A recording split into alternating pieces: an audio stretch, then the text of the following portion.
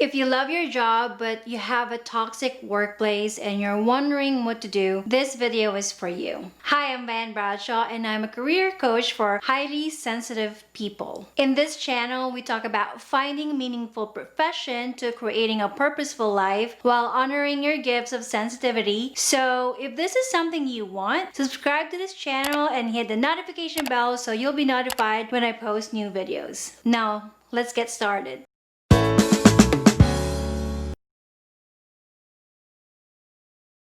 If you're a highly sensitive person and you work in a toxic workplace, the first thing you want to do is to check or figure out whether the toxicity is just within your team or is it company-wide. If it's just within your team, then there may be a possibility that you can turn this around. The worst thing that can happen is you will ask to be transferred to another department. However, if you're working for a smaller company and the owner is your boss, then you want to stay till the end of this video to know how to slowly detach yourself from it and start planning your exit strategy without burning bridges.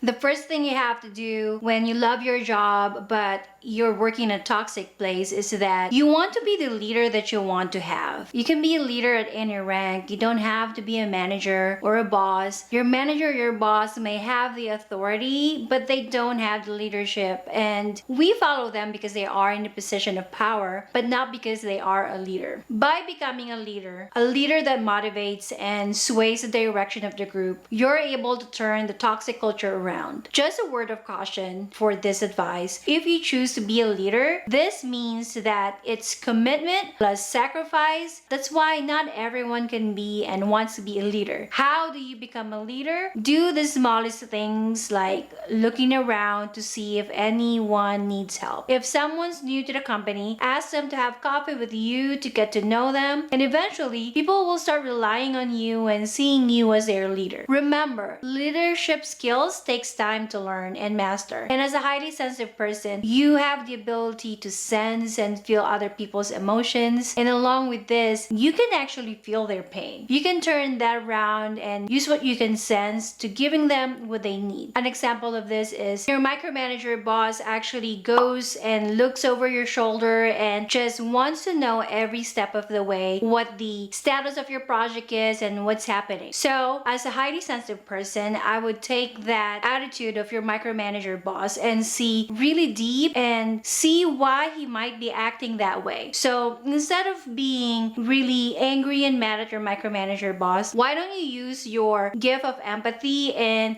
think about why might that manager is micromanaging you. Maybe he's an older employee and he's scared that you're gonna replace him. Maybe he has this bad background that just makes him scared that people are taking away things from him. This is not an excuse. It's not an excuse to be a micromanager, to be a jerk or an asshole at work, but take that understanding and take that empathetic nervous system that you have and look at behind why this person is micromanaging you. So take for example that he is older and he's scared that you're going to take his job from him. So why don't you take that as when you're in a meeting, make sure that you also highlight his mentorship. And right now what you're seeing is the toxic behavior, but I'm sure that you're staying in that company because there's a reason. There may be some times that he mentored you and focus on that. Make sure that in front of other people or in front of in a meeting, you're mentioning his ability to be a leader, and that will result to him looking at you as his baby project or mini project. And what it does is it boosts his confidence and it actually takes away the threat that he's imagining that you're doing. Number 2 is double down on self-care or self-love. Watch this playlist over here where I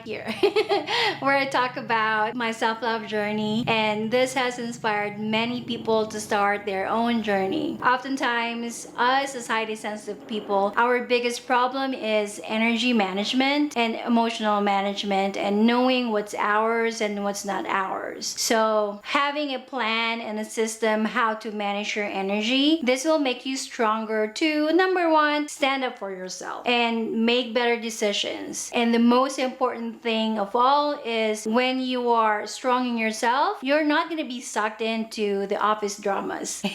As a highly sensitive people, you have a tendency to be a rescuer, and we, not just you, but we have this need to rescue someone, to feel important or needed, admitted. We have to resist this temptation because this is sucking the energy out of us. Make this as your rule in your life, and you have to choose only where you're going to get involved. Don't give yourself away all the time. Number 3, and might be the hardest, is you need to deal with your toxic coworkers by establishing your boundaries. It's never too late to lay down your boundaries, and you can change these boundaries anytime. It is yours. An example is if your coworkers are gossiping around lunch, maybe it's time for you to stop participating and simply just keep quiet and maybe just observe, or maybe just put on your headphones and not even listen to them. When you're establishing these boundaries, this will often change the dynamic of the group, and because of this, people are not going to be happy about it because you're not participating with any of these things anymore that's sucking the energy out of you. You've disturbed the dynamic, and this is what you want. This is what you need. Setting up your boundaries is not easy, but there is a simple formula that I use that I know that can help you. And this is 2B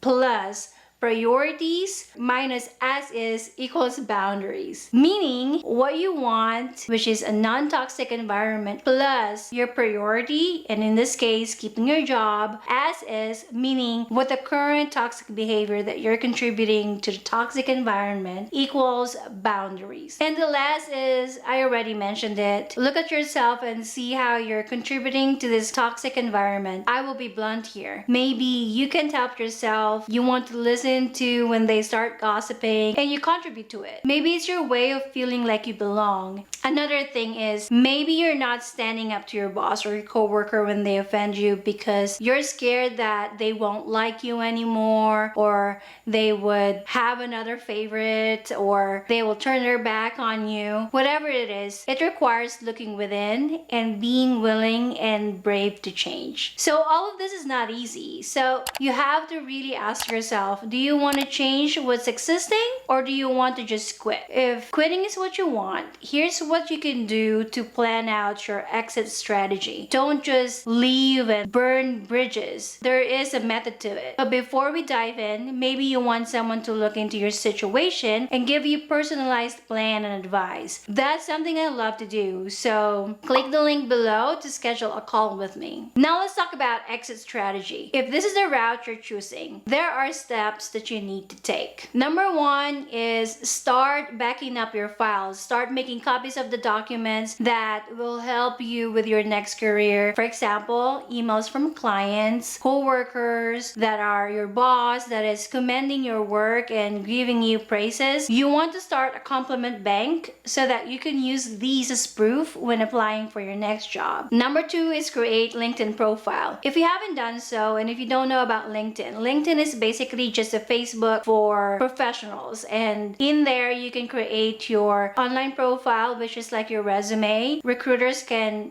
search for you. You can network with other people. You can also look jobs there. The recruiters of businesses, they post jobs there, and you can apply directly in LinkedIn. Number 3 is start networking on LinkedIn. Follow companies that you're eyeing and want to work for. You can start researching about them and start working on the skills that you think you need in order to get hired in that company. In LinkedIn as well, you can also ask your past employers or past coworkers to give you recommendations, and the recruiters can see that. The recruiters can look at your profile and check whether people are recommending you. One last piece of advice is when you start focusing on your own growth and you start to not notice what's happening around you, this will actually turn your eyes to a more productive way of living. By proactively working on your portfolio, your compliment bank, your network, it will make you feel safe, and you will stop participating in noticing your toxic work environment. This is a lot healthier than you thinking thinking and ruminating about all the toxic words and toxic actions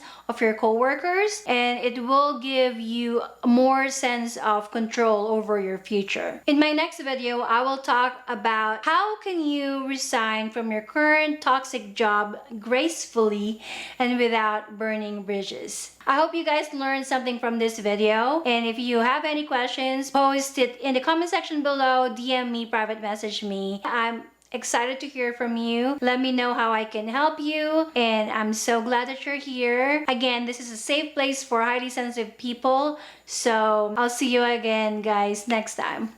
Bye.